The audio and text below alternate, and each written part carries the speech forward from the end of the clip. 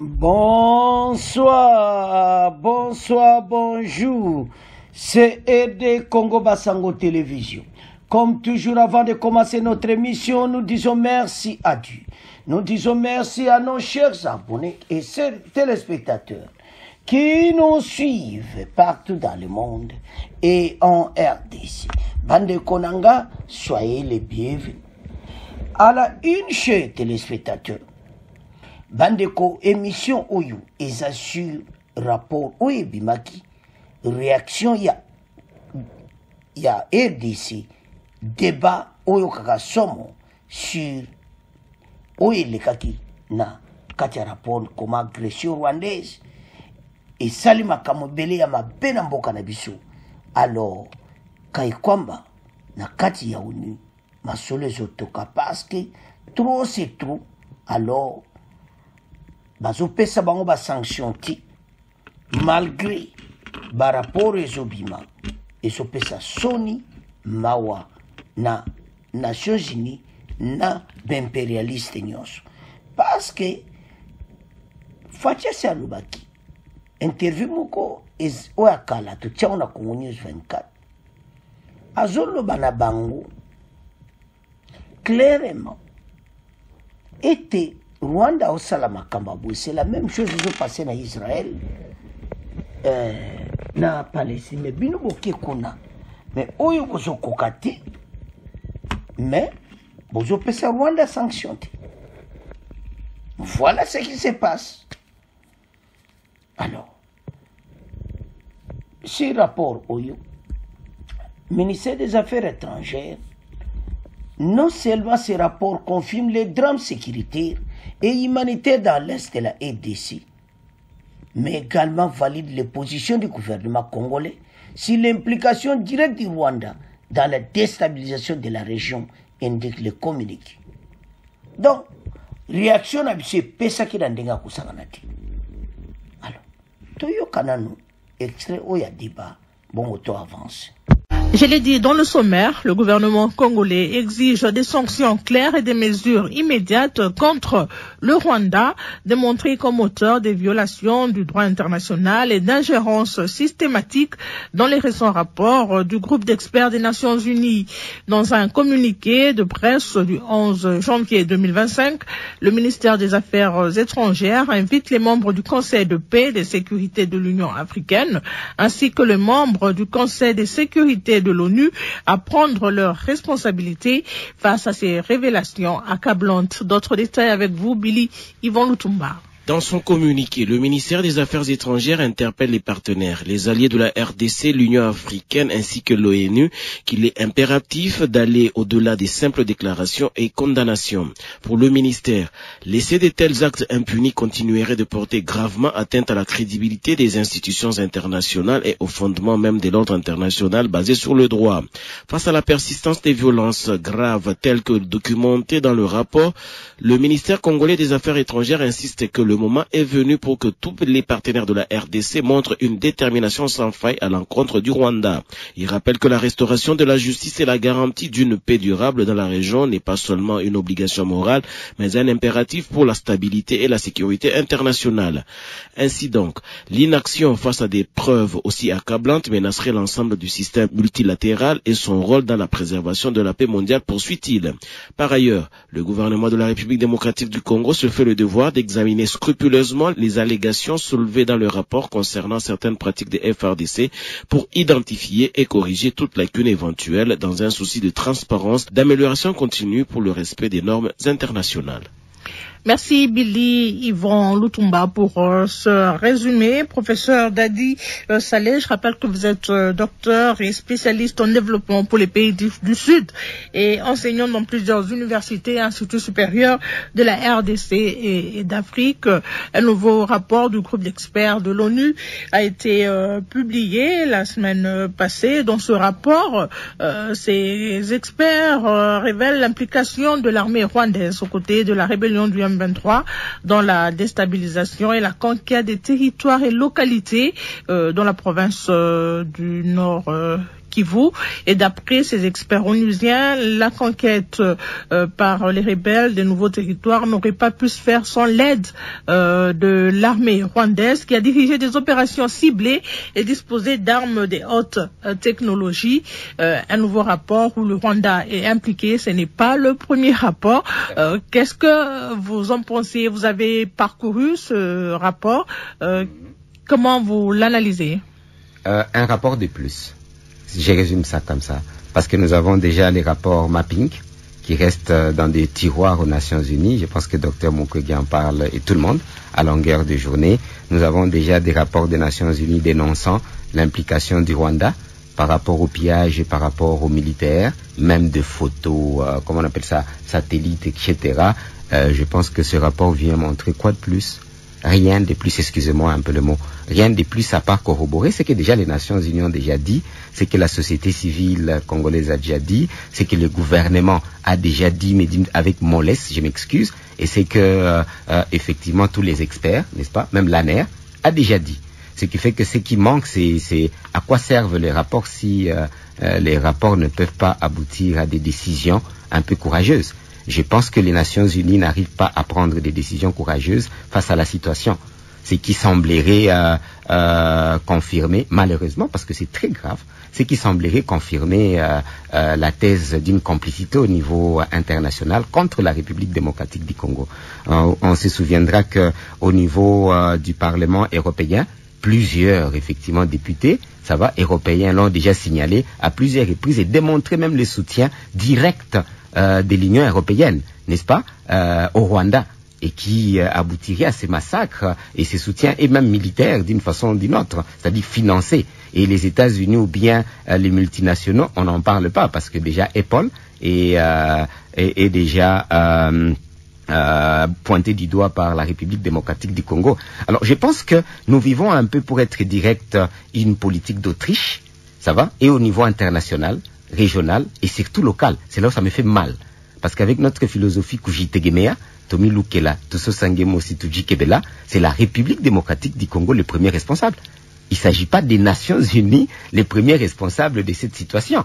Donc, je comprends bien notre ministre des Affaires étrangères qui appelle à des sanctions claires contre le Rwanda. C'est pas possible. Plusieurs fois, la RDC a demandé que le Rwanda soit sanctionné, malheureusement, sans suite.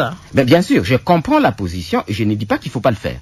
Et le ministre des Affaires étrangères, diplomatie oblige, on peut le faire. Mais normalement, on ne doit pas continuer à pleurnicher comme de petits garçons. La République démocratique du Congo n'a jamais déclenché l'article 86 de la Constitution par rapport à cet État. C'est-à-dire faire la guerre.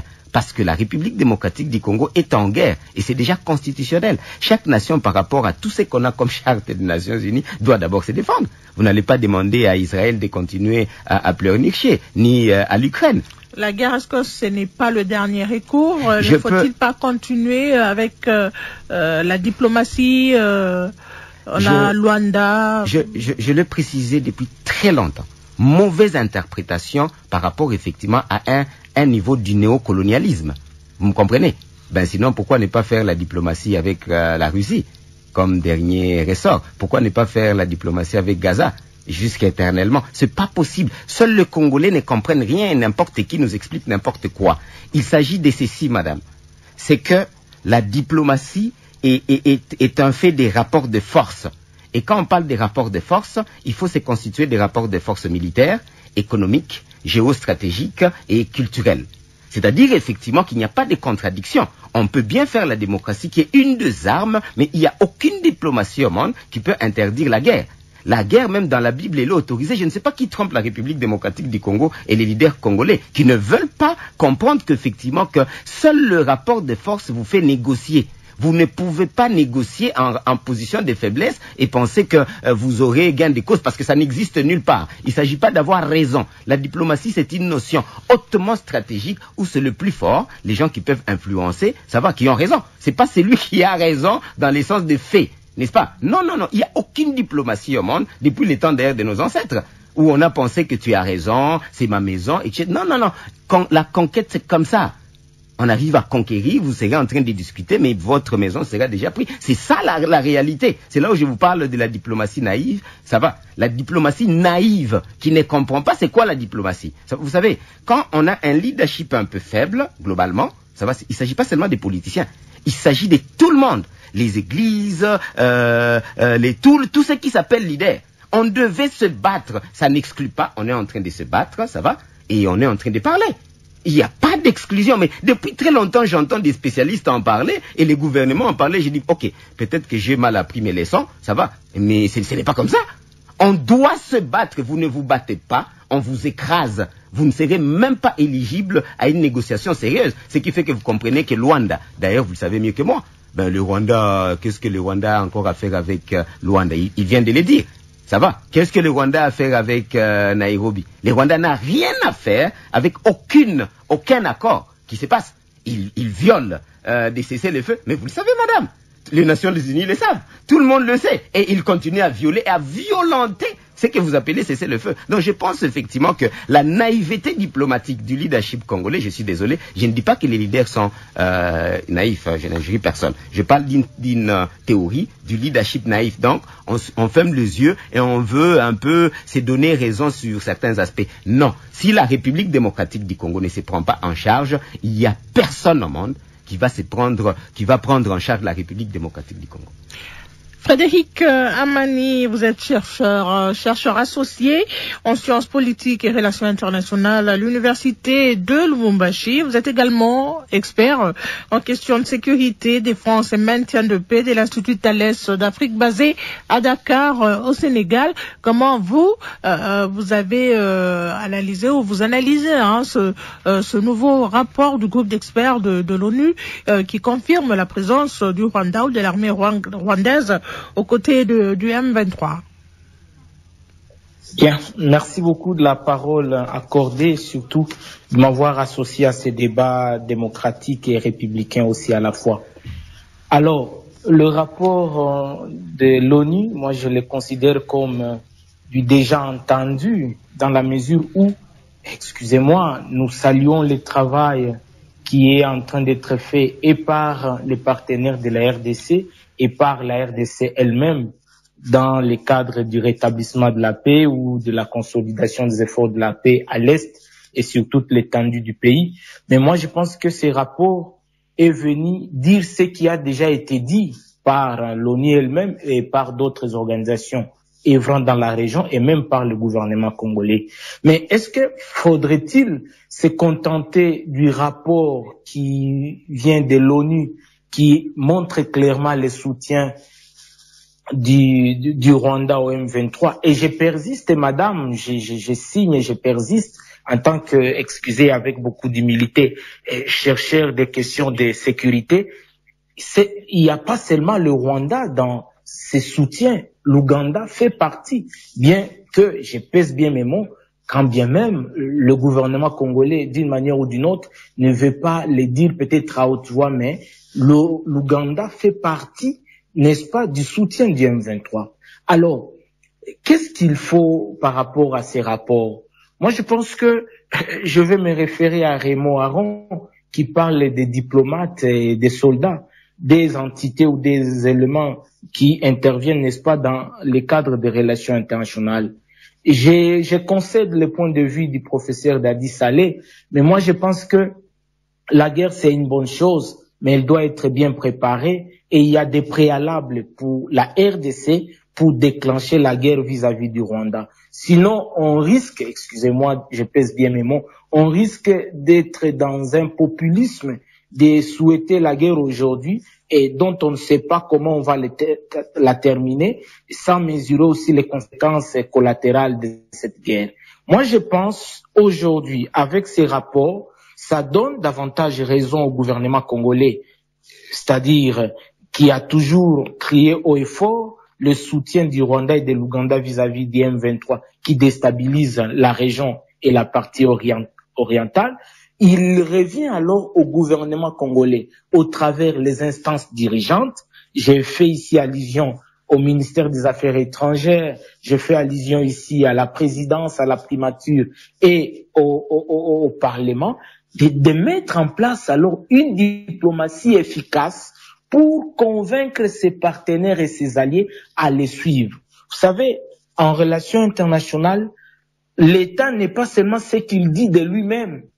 L'État et tout ce qui corrobore sa puissance, son influence, c'est aussi ce que les autres disent de vous, ce que les autres pensent de vous.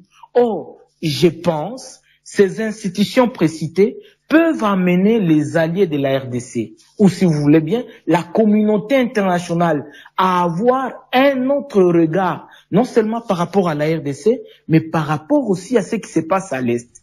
Pourquoi autant de rapports, non seulement de l'ONU ou des autres organisations œuvrant dans la région, montrent clairement la gravité humanitaire, la gravité sécuritaire dans cette partie, mais c'est à peine qu'on va entendre la voix de l'Union européenne, c'est à peine qu'on va entendre la voix des États-Unis ou de notre pays partenaire à la RDC hausser les tons vis-à-vis du Rwanda ou vis-à-vis du M23 pour dire « Oh, nous souhaitons le cessez-le-feu ». Non, c'est par rapport à une diplomatie efficace que ces instances, ministère des Affaires étrangères, présidence de la République, Parlement, primature, vont mener pour inviter ces partenaires à les suivre. Voilà pourquoi il est temps d'enclencher ce que nous appelons la théorie de la réorganisation interne. Cette théorie va permettre à ce que la RDC ait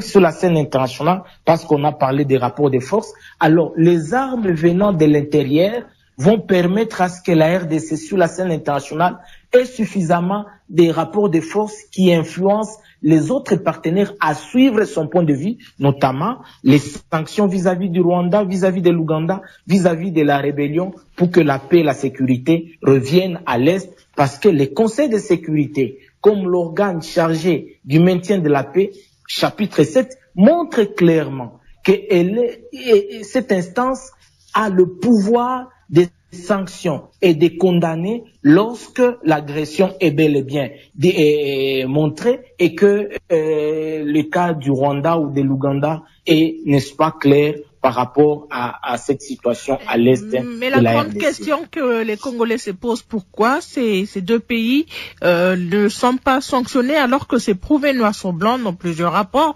que le Rwanda et l'Ouganda soutiennent les groupes armés dans la partie est de la RDC?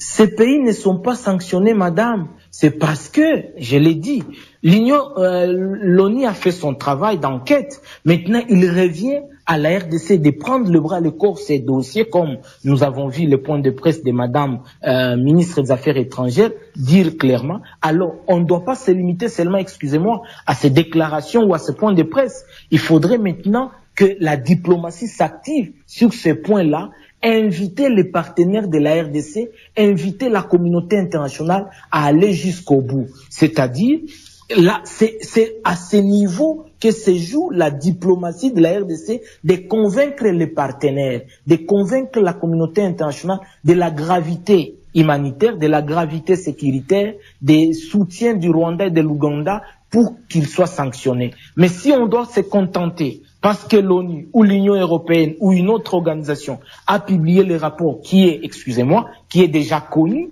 eh ben, nous allons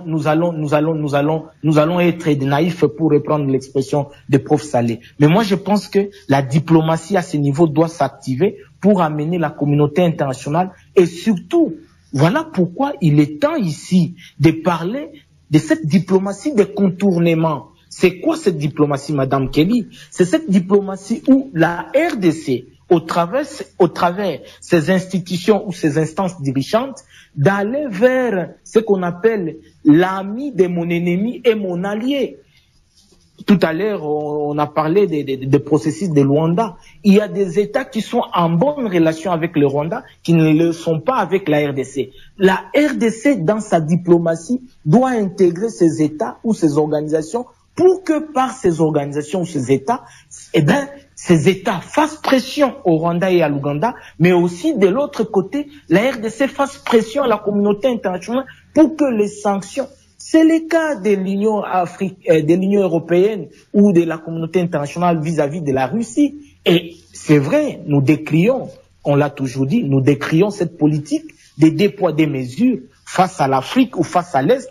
Il y a un silence, c'est à peine qu'on entend la voix, mais face à l'Ukraine, c'est toute la communauté internationale qui se mobilise, et avec les soutiens logistiques, et avec des déclarations. Mais pourquoi pas cette communauté internationale ne s'intéresse pas à la crise qui se passe à l'Est, qui est plus dangereuse que même la crise en Ukraine et, n'est-ce pas, dans la bande de Gaza. Donc, voilà les éléments que nous pensons qui peuvent être mis en exergue par la RDC pour que le Rwanda et l'Ouganda soient sanctionnés, mais pour que aussi la voix congolaise soit davantage entendue dans les instances internationales et que la paix et la sécurité reviennent pour que les développements soient au rendez-vous.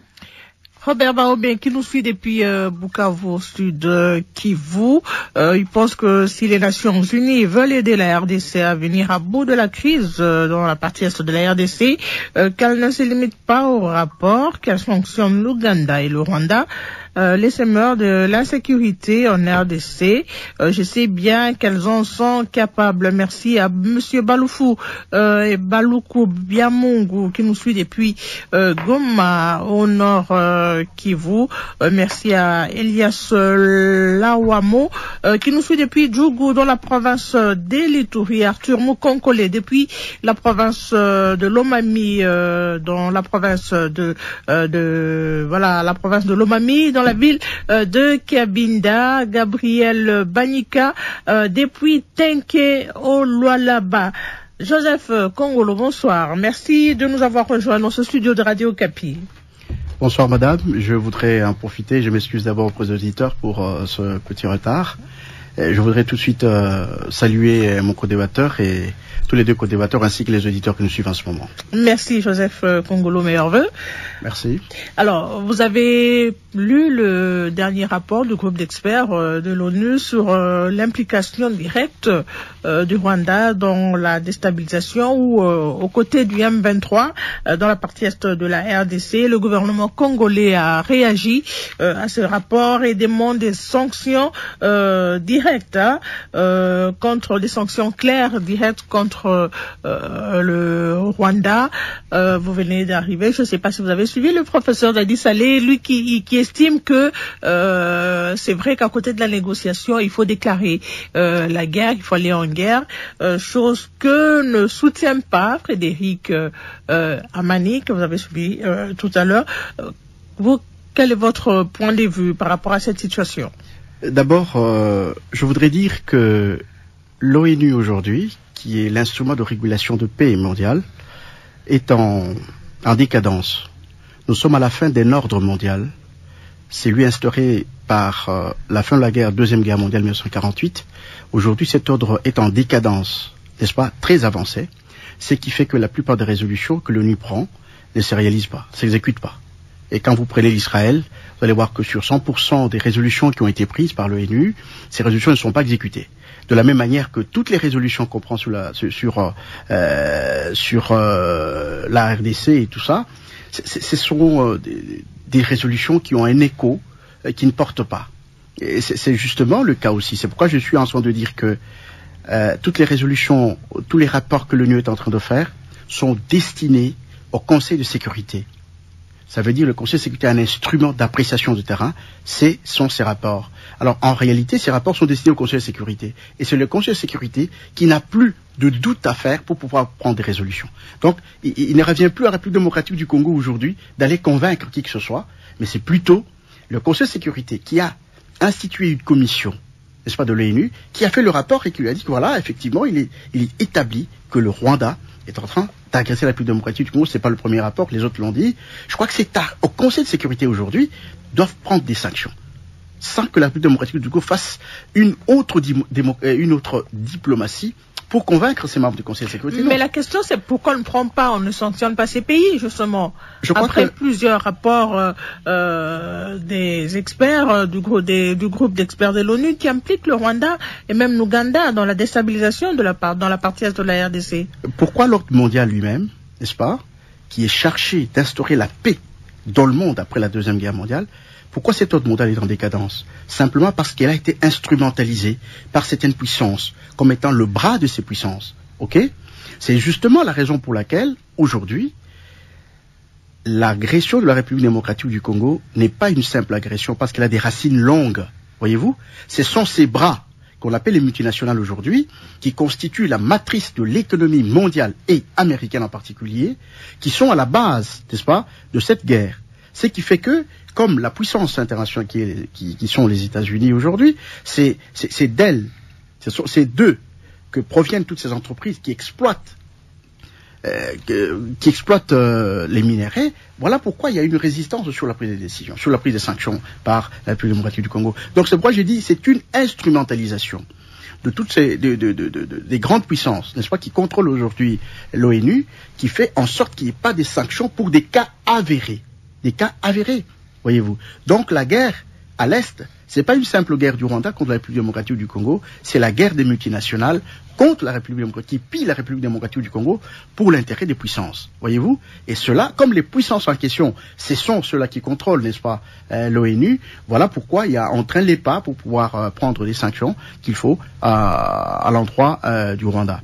Donc, ce que nous sommes en train de comprendre ici, c'est que je considère que la République démocratique du Congo est arrivée au bout du rouleau diplomatique. C'est-à-dire que le monde entier, qui a douté, hésité, pour affirmer ce que le Congo a déclaré, que le Rwanda soutient le 1-23, et plus tard, c'est le Rwanda qui attaque la République démocratique du Congo. Aujourd'hui, c'est connu de tout le monde, de tous les acteurs majeurs de la scène politique internationale. Voyez-vous? Donc, nous sommes arrivés au bout d'une étape très importante de la diplomatie. Je crois que maintenant, la République démocratique du Congo doit déclencher le plan B. Parce qu'on ne peut pas faire une diplomatie sans avoir un plan B. Voyez-vous? Et c'est quoi ce plan B? C'est le plan A. Et le plan B aujourd'hui, c'est la République qui doit le déclencher. Je voudrais dire ceci. Je peux ne pas connaître le plan B. Mais pour moi, le plan B, c'est la guerre ouverte, la guerre brute. Parce que la guerre diplomatique, c'est une guerre propre. C'est une guerre propre. Voyez-vous? Donc aujourd'hui, on doit déclencher ce qu'on appelle le plan B. Et le plan B, pour moi, c'est la guerre brute. C'est la guerre. Ils ont choisi. Et même la communauté internationale ne saura pas un jour sanctionner la République démocratique pour avoir attaqué le Rwanda. Est-ce qu'on n'est pas déjà en guerre contre le Rwanda avec de droit, tous ces affrontements dans la partie Est? De droit, on n'est pas en guerre. Mais politiquement, de fait, on est en guerre. Voyez-vous? Effectivement, c'est ce que les gens attendent, que la République démocratique déclare la guerre. Non. Le président de la République, il est politique. Voyez-vous? Un politique, il fait la guerre. Et puis, demain, devant certaines instances, il vous dirait que j'ai jamais déclaré la guerre. Mais entre-temps, il fait la guerre. Donc, politiquement parlant, nous sommes en guerre, mais de droit, le président de la République n'a jamais déclaré la guerre. Voyez-vous? C'est un peu ça. Donc, cette ambiguïté-là, c'est ce qui fait un peu la beauté de la politique à un certain moment, où on peut s'évader à gauche, à droite, chaque fois dans des circonstances particulières. Donc, je voudrais dire qu'on est en guerre, politiquement, mais de droit, on n'est pas en guerre parce que le président n'a jamais déclaré la guerre. Donc, ce que je veux dire, c'est que, aujourd'hui, il est arrivé un moment, le temps est mûr aujourd'hui pour que la République démocratique du Congo déclenche le plan B. Et il n'y a pas une autre mesure. Il n'y a pas une autre mesure. Pourquoi? Parce que le Rwanda, ils ont négocié jusqu'au bout. Juste arrivé au moment de signer l'accord, donc ils évoquent un autre dossier. Donc il faut commencer par considérer ce dossier, avancer avec ce dossier, et ça prendra suffisamment de temps, et ça c'est une diplomatie d'usure. Alors dans ce rapport, on ne pointe pas du doigt seulement le Rwanda, la RDC aussi est pointée du doigt avec son soutien entre parenthèses au FDLR. Les FDLR, voilà, on dit qu'ils combattent aux côtés des FRDC. Le gouvernement congolais a promis, voilà, je vais lire ce qui est écrit dans le communiqué. Le gouvernement de la RDC se fait le devoir d'examiner scrupuleusement les allégations soulevées dans le rapport concernant certaines pratiques des FRDC pour identifier et corriger toute lacune éventuelle dans un souci de transparence, d'amélioration continue pour le respect des normes internationales. Est-ce que ce n'est pas à cause de cela aussi qu'on n'arrive pas à sanctionner le Rwanda? Non, non, attention madame. On ne peut pas sanctionner le Rwanda, mais au mieux, il fallait sanctionner les deux. Au mieux, il faut sanctionner les deux. On ne le fait pas parce que le Rwanda ne peut pas être sanctionné par eux. C'est une poule aux yeux d'or, on ne peut pas sanctionner le Rwanda. Au mieux, on pouvait sanctionner les deux. On sanctionne la République démocratique du Congo et on sanctionne le Rwanda. Pourquoi ils ne le font pas? En plus, toute la communauté internationale sait pertinemment bien que l'FDLR aujourd'hui, c'est resté l'ombre de lui-même. Ça fait plus de 30 ans que ces gens sont venus ici, à 40 ans, à 30 ans, 45 ans. En réalité, au fait, il n'y a plus d'FDLR. Si il y a les jeunes gens ou les enfants ou les jeunes gens qui s'aventurent de s'appeler FDLR et tout ça, ainsi de suite, c'est quelque chose que la République peut corriger en un peu de temps. C'est un peu de temps. Ce sont les groupes militaires, tout simplement, qui s'organisent pour essayer d'exploiter les minerais, essayer de déranger les gens. Mais en réalité, au fait, les FDLR aujourd'hui, quel âge aurait-il? Je crois que cette question a été posée. Quel âge aurait-il? Ils sont arrivés à 40 ans ici. Ça fait 30 ans, ça fait 70 ans. Vous voyez un papa de 70 ans aller faire la guerre en brousse pour rentrer chez lui? Non. Et pourquoi eux aussi, on ne demande pas au Rwanda de négocier avec le FDLR? Nous sommes dans la même situation. Pourquoi on ne demande pas au Rwanda de négocier avec le FDLR, par exemple? Donc nous sommes en train de dire tout simplement que la raison n'est pas là. La raison est ailleurs. C'est lui de pillage et d'exploitation. Madame, je voudrais vous dire tout de suite qu'aujourd'hui, au-delà de l'arme nucléaire, ce sont les minerais stratégiques qui vont faire la puissance des nations demain. Et pour ça, il est difficile de dire aux États-Unis qui perdent leur influence dans le monde d'arrêter tout de suite. Donc il faut encore, bien entendu, prendre d'autres dimensions de la diplomatie, donner d'autres garanties au niveau de la diplomatie pour pouvoir arrêter cette guerre. Et je vous dis, franchement, que cette guerre, il suffit tout simplement que les États-Unis disent que dans une semaine la guerre se termine, la guerre prend fin. Et nous le savons. Professeur Dadi Saleh, avant de réagir, on va écouter d'abord cet auditeur qui nous appelle de Kisangani. On me dit qu'il n'est pas en ligne, un petit souci des lignes téléphoniques. Ligne téléphonique. Alors, vous allez réagir à la partie qui concerne la RDC, soutien de la RDC ou la collaboration des forces armées ou des FRDC avec les FDLR. Vous savez, j'aimerais rebondir sur une chose. Je viens de le dire et vous venez de poser la question d'une façon indirecte. Nous sommes en guerre, s'il vous plaît. Il ne faut pas utiliser 1000 mots. C'est ça que c'est l'intelligence, entre guillemets, ce qui s'appelle l'intelligence. On tournoie autour de n'importe quoi. Nous sommes en guerre, un point entré. Le village est attaqué, ça va? Ça n'a rien à voir avec la Constitution, ni un article, ni une diplomatie quelconque. Le village est en train de brûler, on attaque les villages. Je suis un panafricaniste, on ne se disait pas quelle est la forme de la guerre, etc. On a plus de 10 millions de Congolais qui ont été massacrés. Génocide. C'est un constat. Et nous sommes en guerre là et on a les Ouazalènes de la réserve armée de la défense qui est en train de se battre matin, midi, soir avec le FARDC. Tout le monde le sait. Et ce n'est pas la guerre ça. La guerre c'est une diplomatie naïve, je vous ai dit. Parce qu'effectivement certaines personnes ne comprennent pas le fait. La déclaration de guerre avec l'article 86 implique que le budget doit changer. Implique toutes les réactions des autorités. Implique beaucoup de choses. Mais on ne peut pas le faire maintenant parce qu'effectivement on n'est pas en guerre. Et pourtant, on est en guerre. Donc, c'est ce que j'appelle diplomatie naïve. La naïveté ne profite qu'à qui? Eh bien, ça ne profite pas aux Congolais qui continuent à mourir. Ce qui fait que quand on me parle des FDLR, nous le savons tous qu'il s'agit de faux fuyants. Mon co-débatteur, M. Joseph, vient de l'expliquer avec brio. Il s'agit de faux fuyants. Mais effectivement, le voleur, avant d'entrer, il se cherche de bonnes raisons pour venir voler. Mais nous savons qu'un voleur vient voler, piller, il ne vient pas construire. Le Rwanda, l'Ouganda, les néocolonialistes ne viennent jamais construire en République démocratique du Congo. Je l'ai dit, ce ne sont pas des patriotes congolais. Nous, on a besoin des patriotes congolais. Et vous avez bien compris que même quand on parle de Ouazalendo, il y a toujours une catégorie au niveau des Nations Unies qui essaie de vilipender ces mots-là. Et pourtant, c'est clair, ça s'appelle patriote. Donc, vous voulez pas que les Congolais soient des patriotes. Mais c'est pas possible. Non, moi, je suis Mouzalendo. Et vous allez dire, non, il ne faut pas dire ça. Pourquoi? Je suis Mouzalendo, je suis patriote. Un point trait. Et on aimerait que tout le monde puisse devenir patriote et se battre pour sa nation. Vous vous souviendrez que quand il s'agissait de Vietnam, tous les Américains étaient pratiquement dans l'obligation d'aller se battre. Donc je pense que les FDLR, cette question-là, faux fuyant, ça va, mais même si c'était vrai, je vais être très cru. Je pense que certaines personnes vont un peu me détester, mais je vais utiliser des mots propres. La République démocratique du Congo a le droit de se défendre avec tout ce qu'elle veut. Je le précise, et lisez bien tous les textes des Nations Unies. Tout ce que la République démocratique du Congo peut avoir comme défense, ça va, nous pouvons les utiliser. Même utiliser les FDLR. Je le précise, oui. Je le précise, oui. J'ai dit que ça va choquer. Je vous explique pourquoi. En relation internationale, comme quelqu'un venait de le dire là, l'ennemi de mon ami, etc., il peut les utiliser. C'est-à-dire comme exactement l'Ouganda avait utilisé la partie du Rwanda, qu'est-ce qui s'était passé? Qui s'était plaint? Quand les Américains, et quand aujourd'hui, ça va, en Ukraine, certaines personnes utilisent le mercenaire, quelle que soit leur couleur, qui en parle? La République démocratique je dis, certaines personnes ne vont pas me comprendre, parce qu'ils sont un peu, il y a une mauvaise éducation.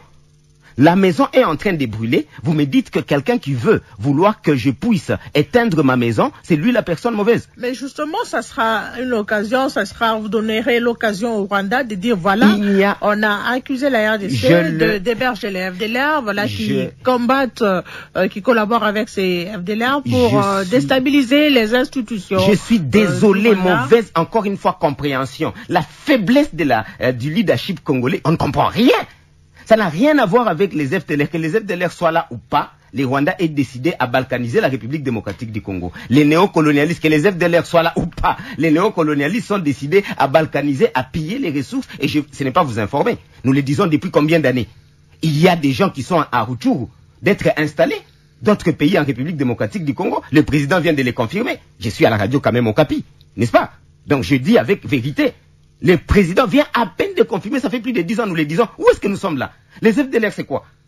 Il n'y a pas de fausses raisons. Le Rwanda va utiliser toutes les mauvaises raisons, même si vous êtes chevelu, ça va. Vous avez des cheveux comme le ministre d'État de la Justice, ça va. Ils vont dire, nous nous attaquons à cause du ministre d'État de la Justice. Diplomatie naïve. République démocratique du Congo, ce ne sont pas les FDLR le problème. Donc, madame, quels que soient les FDLR, même si nous utilisons les FDLR, qu'on les utilise, qu'on ne les utilise pas, ils trouveront de bonnes ou mauvaises raisons. Les FDLR, pour l'instant, entre guillemets, là je parle des gens qui avaient fui, ça va. Je vous ai dit, je suis cru, parce qu'en fin de compte, ça dépasse le borne. Nous sommes dans l'obligation d'utiliser toutes les forces que nous pouvons utiliser, et ce n'est pas nous qui avons amené les FDLR.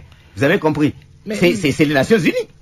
Alors, mais concernant les sanctions, Dadi Saleh... La seule personne qui doit être sanctionnée, ça va, ça s'appelle celui qui a violé les territoires de la République démocratique du Congo. La République démocratique du Congo n'a pas violé les territoires du Rwanda. Où ça?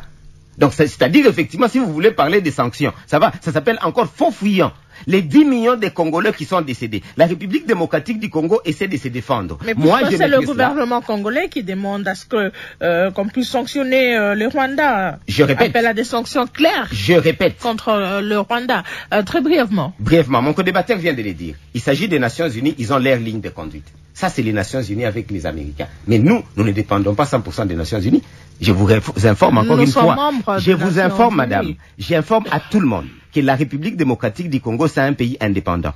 En tant que pays indépendant, nous sommes dans l'obligation de défendre notre territoire. Et si vous prenez Bita Keïta, ça va, l'a dit à plusieurs fois. Ce n'est pas, je vous le répète, madame, ce n'est pas la MONUSCO qui a l'obligation de défendre les territoires congolais. Ça, c'est Bintou Keïta. C'est-à-dire, nous sommes membres, oui, mais il y a des restrictions. Seule la République démocratique du Congo, avec le FARDC, a l'obligation de défendre la République démocratique du Congo. Ce n'est pas les Nations Unies. C'est écrit où? Bintou Keïta joue son rôle. C'est-à-dire, effectivement, essayer d'amener la paix, n'est-ce pas, vous comprenez? Essayer de faire en sorte que les gens s'entendent, mais ce n'est pas sa mission. Et vous savez très bien qu'on a amené des brigades spécialisées juste pour essayer. Mais la mission des Nations Unies n'est pas de jouer le rôle de FARDC. Donc, nous sommes membres des Nations Unies et il n'est pas interdit dans la charte des Nations Unies que les FARDC, ça va, que par exemple l'article 63 de la Constitution soit appliqué. C'est interdit où, madame? Nulle part. Frédéric Amani, parlons de l'efficacité des sanctions. Est-ce qu'elles suffisent pour que ces groupes armés se rétractent? Oui, les sanctions par rapport au soutien du M23, notamment vis-à-vis du Rwanda et de l'Ouganda, je crois que ces sanctions peuvent faire quelque chose parce que, vous le savez, le Rwanda et l'Ouganda sont parmi les États qui vivent grâce au soutien économique de leurs partenaires. Alors, voilà pourquoi je voudrais, si vous le permettez, préciser une chose. C'est pas que je ne refuse pas la guerre. La RDC peut faire la guerre comme la Constitution le lui autorise, mais moi j'insiste sur le préalable. Évitons, excusez-moi, je l'ai dit, évitons de tomber dans le populisme. La RDC est capable de faire la guerre vis-à-vis du Rwanda ou de l'Ouganda. Mais il y a des préalables qu'on doit remplir au niveau interne pour que cela ne puisse pas se retourner contre nous.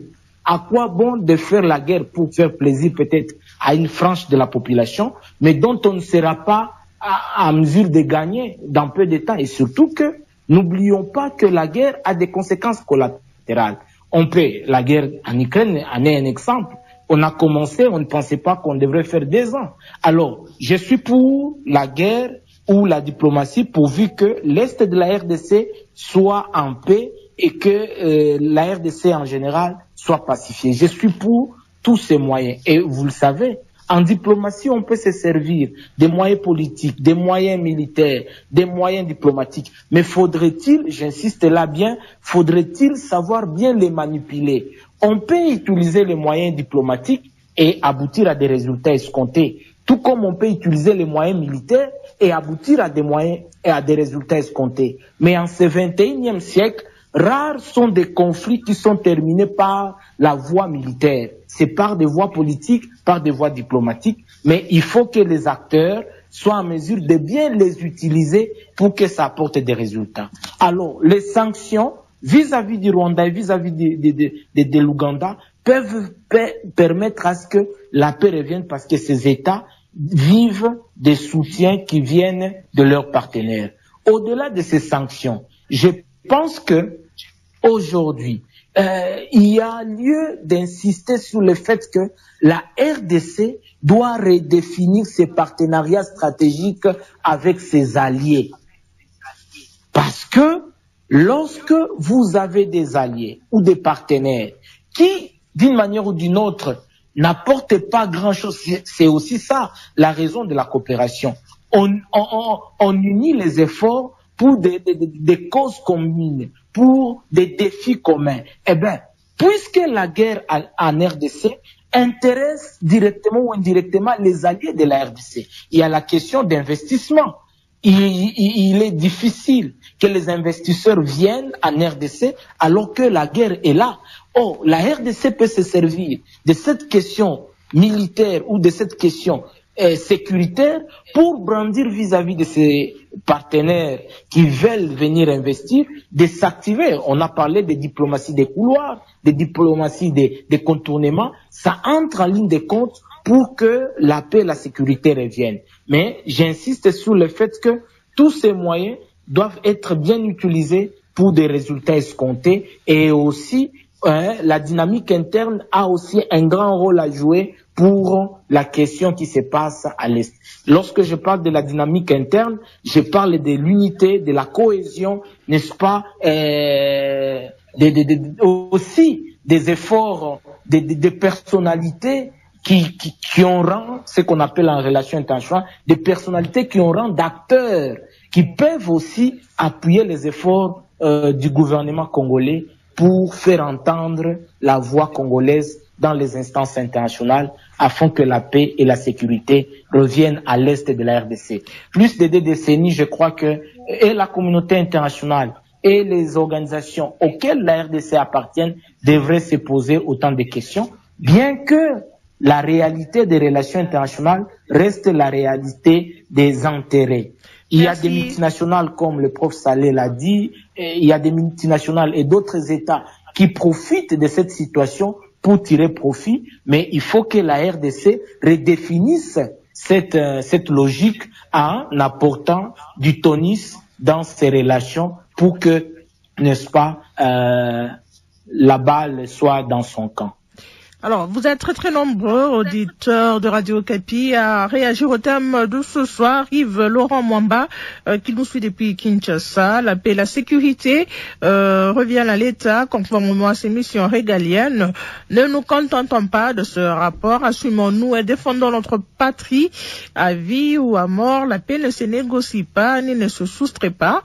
En ce moment actuel, engageant l'usage de la force. Le seul dénominateur qui reste à préserver n'est que le Congo, assumant notre responsabilité politique, civile, ainsi de suite. Bénis Eyenga Masinga, depuis Béni, au nord Kivu, se demande si le rapport des experts de l'ONU Est-ce que le rapport des experts de l'ONU doit maintenant réveiller la conscience du gouvernement et des Congolais sur ce qui se passe dans la partie est de la RDC? En outre, quel est l'impact direct de ce rapport face au drame meurtrier de l'Est? J'appelle le gouvernement congolais à rester constant face à ses engagements et à protéger et défendre l'intégrité territoriale. Plusieurs rapports des experts de l'ONU sur la situation de l'Est sont restés sans suite.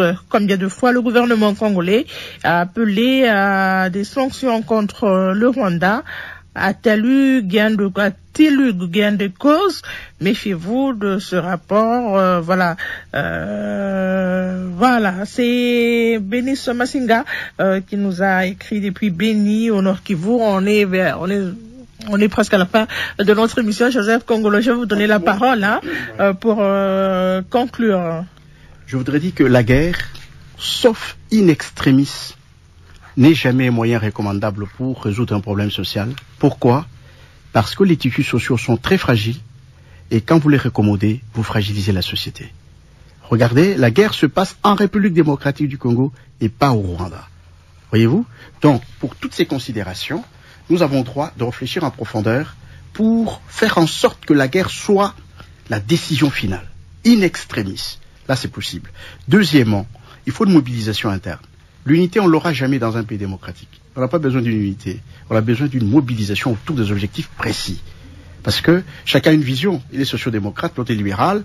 Il veut atteindre le même objectif, le développement du Congo, mais par d'autres voies que d'autres. Ça peut créer certaines divergences politiques. Mais nous avons besoin d'une mobilisation. Je crois que même le ministre des Médias, il y a une autre manière de communiquer en temps de guerre.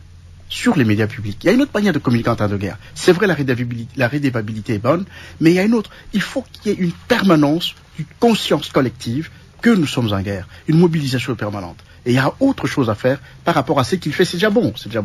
Mais il y a autre chose qu'il doit faire pour que un étranger qui arrive aujourd'hui, un villageois qui écoute la RTNC, il doit comprendre que ce pays est en guerre. Et cette communication-là n'existe pas parce que cette communication constitue pratiquement le fondement de ce qu'on appelle la mobilisation autour de la guerre.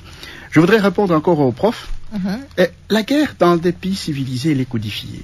Voyez-vous, elle est codifiée. Je comprends l'agacement, la longueur de la guerre et tout ça, mais la guerre, elle est codifiée. Voyez-vous, elle est codifiée dans le pays civilisé. Il y a un code là-dessus. Donc, nous devons, en tant que pays civilisé aussi, aller en respectant certaines normes, n'est-ce pas, internationales, et faire en sorte que gagner le terrain dans les normes, n'est-ce pas, qui codifient la guerre. Et ça, c'est très important. Je crois que c'est ce que nous sommes en train de faire. En plus de ça, je crois que monsieur le prof n'oublie pas que nous n'avions pas d'armée. L'armée est en formation, en construction, et au même moment, on fait la guerre.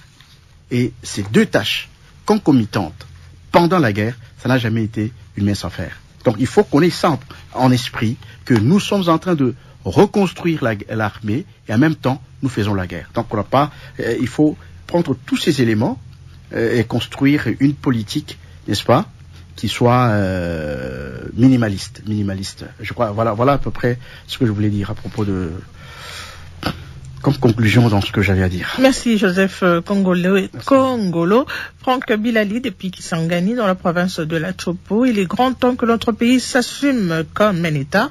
Aucun pays ne viendra militer pour la paix durable en RDC si ce n'est par notre propre effort. Professeur, votre conclusion.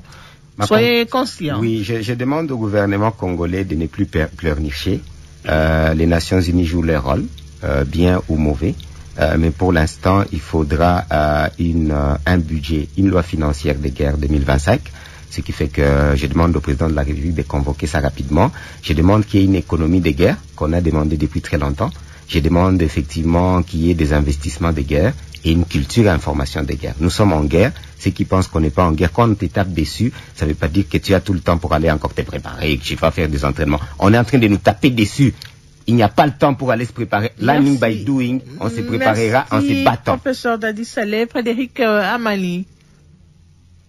En conclusion, il est temps que l'État devienne davantage un État capacitaire en assumant bien entendu ses missions régaliennes.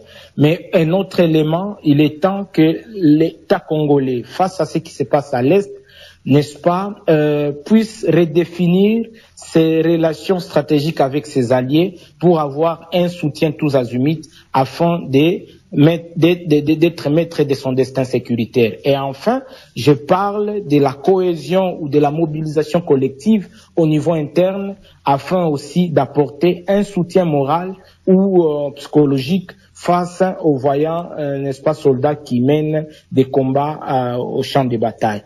Enfin, il est temps que la communauté internationale cesse avec la politique des deux poids deux mesures. Face à la RDC, il y a un silence, mais face à l'Ukraine, il y a un engagement.